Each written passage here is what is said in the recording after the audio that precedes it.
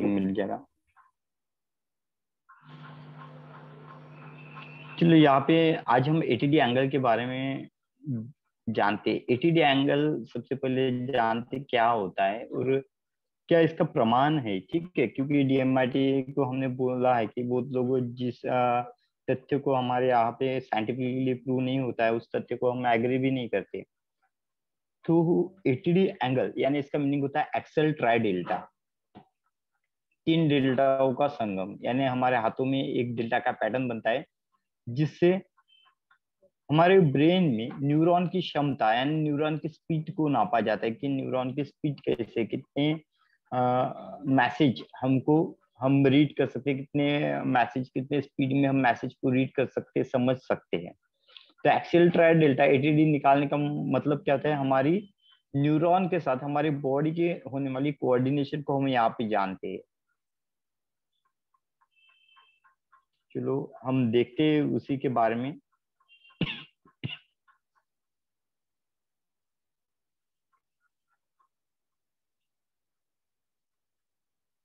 एक मिनट, यहाँ पे नहीं है।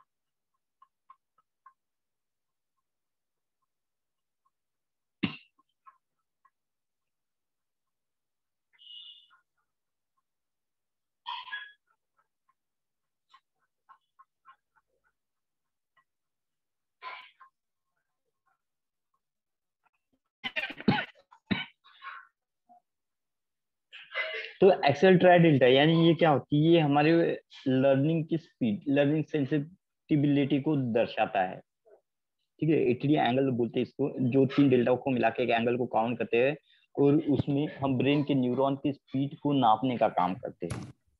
हमारे हाथों में जो एंगल बनते हैं, हमारे प्लाम पे जो एंगल बनते हैं, उसके हिसाब से हमारे जो न्यूरॉन होते हैं स्पीड में ब्रेन को मैसेज को ले जाते हैं, इसके बारे में हम यहाँ पे ज्ञान जानते हैं। तो वैसे मैसेज को ट्रैवल करने की जो स्पीड होती है, ब्रेन टू ब्रेन की जो स्पीड होती है मैसेज को ट्रैवल करने की, वो 100 बिलियन होती है। यानी 100 बिलियन की स्पीड से न्यूरॉन जो होते हैं हमारे बॉडी में, ह्यूमन बॉडी में ट्रैवल होते होते हैं, जो ब्रेन को मैसेज देते रहते हैं। और अगर इसकी स्लोएस्ट स्पीड की बात करते हैं तो 260 मिली पर हावर्स की स्पीड से होती है, या 416 किलोमीटर पर हावर्स के टाइम पे हम नापेंगे। यानी 260 पर हावर्स, मिली पर हावर्स के इसमें जो होती है इसकी स्लोवेस्ट स्पीड होती है। तो सोचिए कि हाई स्पीड कितनी होगी हमारे दिमाग के कोऑर्डिनेशन की, ब्रेन के मसल के साथ जो कोऑर्डिनेशन होता है उसकी स्पीड को हम यहाँ पे देख सकते हैं। तो ये जो सभी जो होती है, ये जो रिफ्लेक्शन जो होती है, हमारा ब्रेन कितनी फास्ट में एक्शन करता है, हमारे बॉडी के साथ कितना कोऑर्डिनेट करता है, इसके बारे में बात करते हैं। जैसे फॉर एग्जाम्पल देखो, कोई टेस्ट होती है, स्मेल होती है, हम जल्दी से उसको हमारा ब्रेन आइडेंटिफाई करके उसको जज कर लेता है। कई दूर से आने वाली ध्वनि को भी हमारा ब्रेन क्या कर देता है, उसको एनालिसिस करके बता देता है। तो ये जो सभी कुछ क्रिया होती है हमारे यहाँ के ब्रेन के नर्वस सिस्टम के द्वारा होती है। और ये जो नर्वस सिस्टम जो होता है, न्यूरॉन जो यहाँ पे प्रेजेंट होते हैं, वो न्यूरॉन ब्रेन को अलग अलग बॉडी की अलग अलग पार्ट से जो भी कुछ वाइब्रेशन आती है उसको पढ़ने का काम जो होता है ये न्यूरॉन्स करता है, यानी ब्रेन तक पहुंचाने का।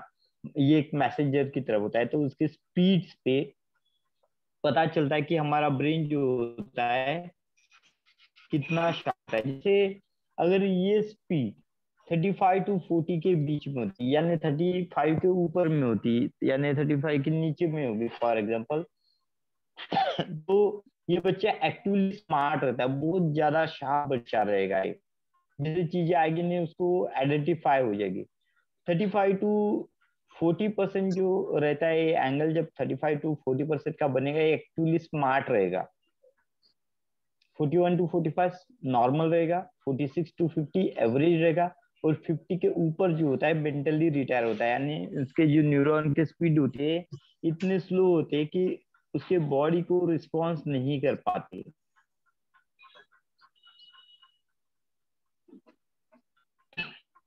मेजर उसके कैसे बॉडी करते को हैं क्या सर? होता है, गुड मॉर्निंग सर। वो न्यूरॉन जो होता है, हाँ, यस यस, मेजर करने का इसमें एक सॉफ्टवेयर आपको आता है। जब मैं वो सॉफ्टवेयर को पढ़ाऊंगा तो उसको मेजर करने का मैं आपको तरीका भी पढ़ा दूंगा इसके, ठीक है।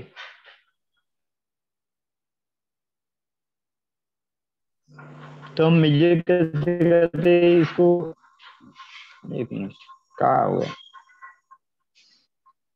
मेजर कैसे करते हैं हम इसको बाद में जानने वाले हैं। जैसे जब हम इसके एनालिसिस वाले स्ट्रक्चर को पढ़ेंगे, सॉफ्टवेयर वाले स्ट्रक्चर को पढ़ेंगे, तब हम इनको मेजर करना सीखेंगे।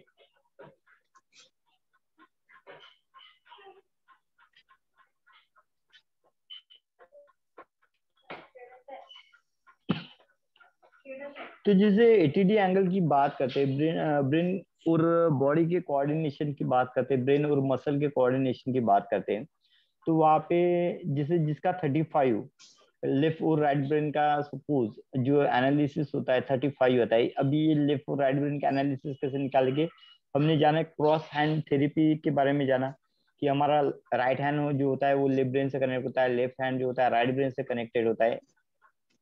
तो इसके तो जिसका 35 है उसके नीचे होता है एटीडी एंगल, तो उनमें क्या क्वालिटी पाई जाती है, दिमाग के बड़े शार्प माने जाते हैं, इनका ऑब्जर्वेशन बहुत बारीकी से हर चीज को ऑब्जर्व कर लेते हैं। यानी ऑब्जर्वेशन करने की जो कला इनमें होती है बहुत ही फास्ट वे से ये लोगों में गलतियों को ढूंढ लेते हैं, खूबियों को ढूंढ लेते हैं, उनके अंदर के भाव को ढूंढ लेते हैं, और इनकी जो लर्निंग कैपेबिलिटी होती है वो भी बड़ी फास्ट होती है। लेकिन इनकी बॉडी की और दिमाग की कोऑर्डिनेशन को देखते हुए ये ज्यादा थोड़े बोलते ना, इनको एंजाइटी ज्यादा आ जाती है, इनसिक्योरिटी आ जाती है, वो फ्यूचर में होने वाले भाव को भाप लेते हैं और उसके प्रति खुद को इनसिक्योर फील करते रहते हैं।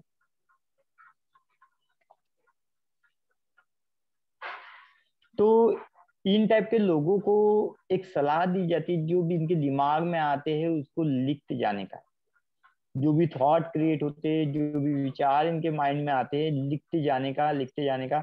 और उसके बाद उनको ब्रीथिंग एक्सरसाइज सिखाई जाती है। ब्रीथिंग एक्सरसाइज के जरिए इनके दिमाग में जितने भी ब्लॉकेज क्रिएट होते रहते हैं उसको शांत किया जाता है। क्योंकि देखो मेडिटेशन एक आर्ट होता है जिसके जरिए हम हमारे दिमाग को एक समतल प्लेटफॉर्म में लेके आते हैं, शांति के भाव में लेके आते हैं।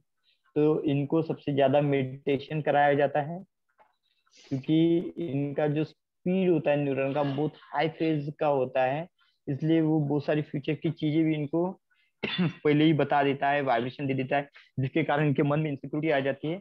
और इन इनसिक्योरिटी को कम करने के लिए इनको मेडिटेशन कराया जाता है, और खास करके इनको ब्रीथिंग एक्सरसाइज कराया जाता है। क्यों ब्रीथिंग एक्सरसाइज कराया जाता है, क्योंकि ब्रीथ एक ऐसी चीज होती है जो हमारे हर नर्वस सिस्टम के पास चली जाती है, हर बॉडी के पास चली जाती है, ठीक है। बाद में हम जानते 35 to 40 का, जिसका किसी का ये एंगल आता है, तो उसमें क्या होता है, तो ये बच्चे का परफॉर्मेंस बहुत अच्छा माना जाता है। ये बच्चे जो होते हैं दिमागी तौर पे तेज होते हैं, इनका फिजिकल कोऑर्डिनेशन बहुत अच्छा है, बड़े फुर्तीले स्वभाव के बच्चे होते हैं, फुर्तीले होते हैं, इनको अपने टास्क को परफॉर्म करने की एबिलिटी बहुत अच्छे होती है, उनको बॉडी के पार्ट को मूवमेंट करने की एबिलिटी इनमें बहुत अच्छी होती है। और ये जो होते हैं बड़े अच्छे से सीखने वाले लोग होते हैं हर चीज को। जैसे आप उनको थोड़ा सा पर्सनल में साथ में बिठा के थोड़ा भी बोलोगे तो भी इसके दिमाग में रिकॉल हो जाएगा, वो फुल्ली स्मार्ट बच्चे होते हैं। लेकिन इनका एक प्रॉब्लम हो जाता है कि ये इनकी यही अदा और यही कलाओं के कारण ये जल्दी ही ओवर कॉन्फिडेंस में चले जाते हैं। तो इनका हमेशा ही जमीन के साथ रिलेशन बनाए रखना चाहिए, इनको हमेशा ही फ्यूचर में जो भी कुछ लॉसेस लगने वाले हैं, जो भी कुछ गतिविधियां, उनको ऑब्जर्व करके उनको वहीं पे करेक्ट करना बहुत जरूरी हो जाता है। क्योंकि उनकी क्षमताएं बहुत ज्यादा होती है, इसलिए ये जल्दी ओवर कॉन्फिडेंस में चले जाते हैं। तो बहुत सारी चीजें ऐसे जो उनको आते हैं, तो माइनरली छोटी छोटी चीजों को ये छोड़ देते हैं। तो इनके लिए माइंडफुलनेस ध्यान जो होता है वो अच्छा ध्यान माना जाता है।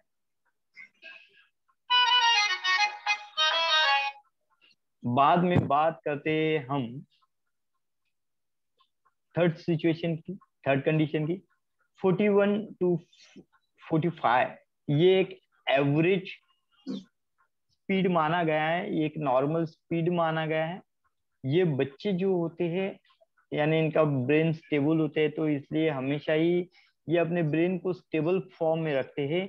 लेकिन अगर इनकी लर्निंग कला के बारे में बात करते हैं तो ये स्टेप बाय स्टेप लर्नर होते हैं, यानी एक साथ एक बड़ी चीजों को ध्यान में नहीं रख सकते। इनको फिर छोटे छोटे पैकेट्स में डेटा को पढ़ाना पड़ता है, छोटे छोटे भागों में, लैंग्वेज में छोटे छोटे दायरे में इनको पढ़ाना पड़ता है, जिससे इनकी मेमोरी जो होती है उस चीजों को अच्छे से ध्यान में रखती है।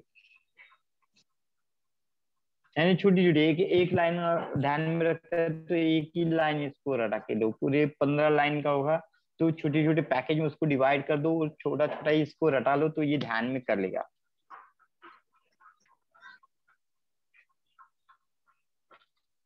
इसकी जो सीखने की कला होती है बड़ी स्लो होती है।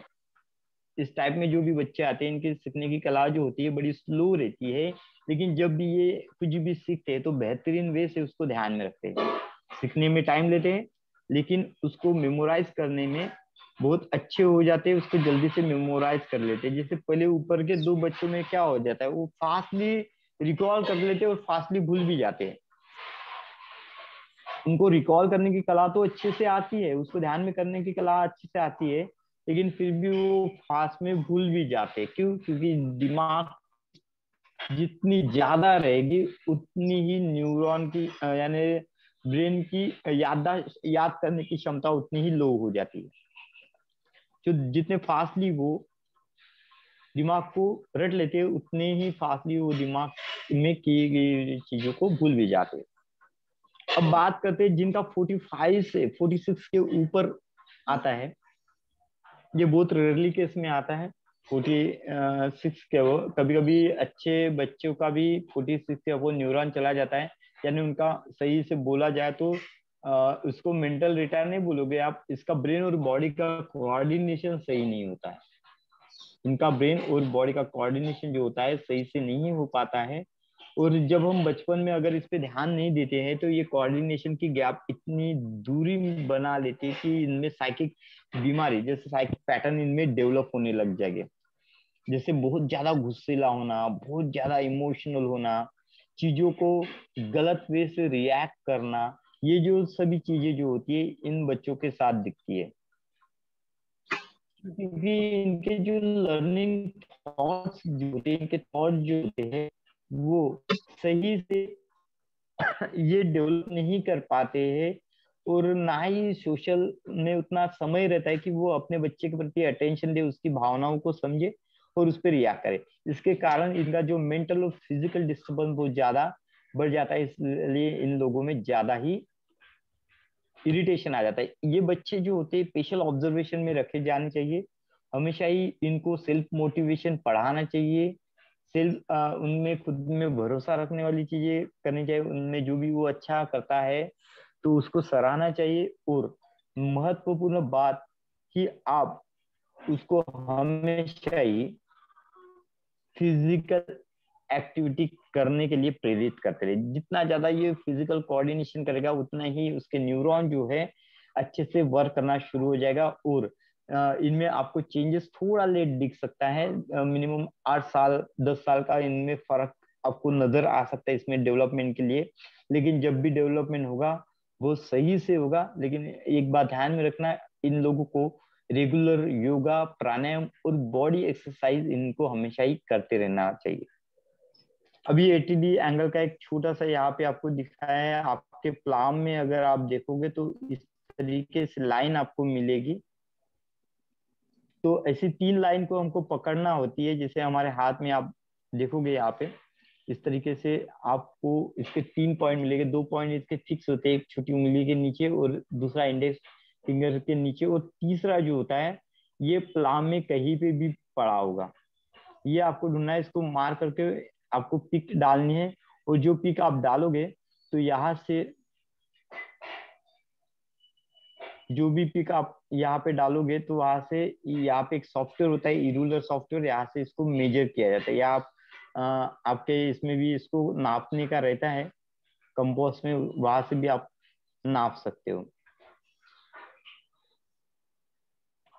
ठीक है, और सेकंड यहाँ पे एक आती है total finger ridges count, TFRC, एक इम्पोर्टेंट थिंग आती है जो DMRT में ऑब्जर्व की गई है और उसको यूज करते हैं।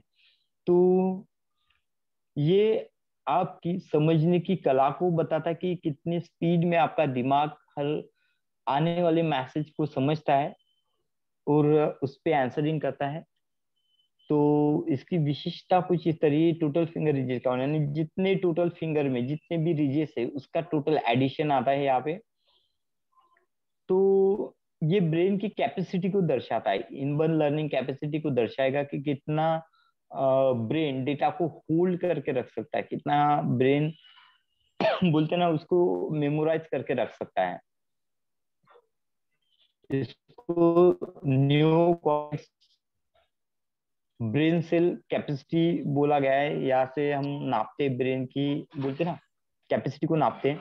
तो ये टोटल फिंगर, आपके फिंगर में कितनी रिजेस है और 200 फिंगर को मिला के कितना रिजेस बनता है, इसके आधार पे ये बना होता है। ठीक है, तो जैसे बिलो 60 के नीचे रहेगा तो लो पोटेंशियल रहेगा, 60 to 100 रहेगा तो एडिक्वेट पोटेंशियल रहेगा, 101 से 140 रहेगा तो नॉर्मल पोटेंशियल रहेगा, और उसके अबो वाले जितने भी रहेंगे वो अच्छे गुड पोटेंशियल में रहेंगे। ये तो हो गई हमारी बात, और ये तो बात होगी DMIT की। ठीक है, तो DMIT ऐसी बोलते कि नहीं, हम हमारे हाथों के तलुओं के माध्यम से हमारे ब्रेन की स्पीड कितनी है इतनी नाप सकते हैं। तो क्या इसके रिलेटेड कोई ऐसा आर्टिकल है जो इसको प्रमाणित करता है? क्योंकि ये सभी जो चीजें होती है एक रिसर्च पे बनी होती है। जैसे कोई बोलता है कि इसका कोई प्रमाण है कि ऐसा सिद्ध करे, क्योंकि हम बोलते हैं ना, बताओ भाई तुम्हारी चीज तुम बोलते हो ऑथेंटिक केट है कि प्रूफ होती है वो कहीं से जाके, क्योंकि ये तो तार्किकता पे बनी हुई चीज है। जितनी भी चीज यहाँ पे बनी है, जैसे साइंस भी बना है तो एक तार्किक क्षेत्र पे बना है, लेकिन उसमें कुछ कुछ चीजें जो होती है यहाँ पे प्रमाणित की जाती है। ठीक है, तो ऐसा ही एक आर्टिकल मैं आपके सामने दिखाऊंगा कि जिसको ये चीज जो होती है प्रमाणित करती है कि ऐसा होता है कि हमारे ब्रेन में जो देखो ऊपर में लिखा है, आप यहाँ पे कॉर्नर में राइट हैंड साइड के ऊपर के कॉर्नर में पढ़ोगे तो ओरिजिनल रिसर्च आर्टिकल है ये। ऑलरेडी एक्सेल ट्राई डेल्टा पे एक रिसर्च हुआ था, उसके आधार पे ये आर्टिकल उन्होंने लिखा हुआ है। ठीक है,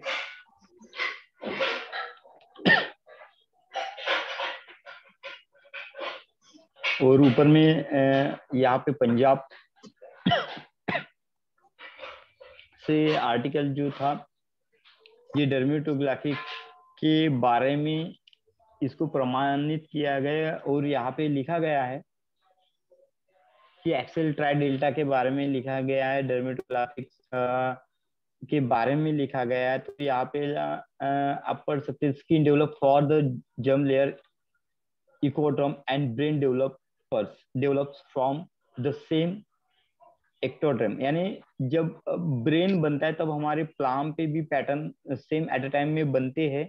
इसका एक प्रमाणित करने वाला एक ये आर्टिकल, और बॉडी में जो भी कोऑर्डिनेशन होते हैं इसके बारे में उसको प्रमाणित करता है, कि वो बोलता है कि नहीं, हमने एक्सेल ट्राई डेल्टा के बारे में जहाँ से हमने ब्रेन को मेजर करने की बात की है वो हमने रिसर्च में उसको स्टडी किया है और उसको प्रमाणित किया है। क्योंकि हम हमेशा ही बात करते हैं, प्रमाण की बात करते, कोई बोलता है भाई तुम्हारी टेस्ट तो वो साइंटिफिक है तुम बोलते हो, लेकिन एक एक साइड में इंडियन साइकोमेट्रिक उसको डमी भी बताई थी। तो ऐसे क्या रीजन है? तो ये एक मेंटल स्टेट पे डिपेंड करता है, ना हम उनकी स्टडी को गलत कहते हैं ना हम इन स्टडी को गलत करते हैं। हम हमारे अनुभव के आधार पे उनको चुनते हैं कि आपके अनुभव क्या बोलते हैं। जब आप कभी किसी की डीएमआईटी टेस्ट करते हो या किसी के बारे में एनालिसिस करते हो, उस पेरेंट्स से कितने पॉजिटिव व्यूज आपके पास आते हैं, उसके आधार पे आप उसको टटोलोगे। क्योंकि ये जो एक साइंस होता है, ये तार्किक साइंस माना जाता है। इसको कौन सा साइंस बोलोगे आप?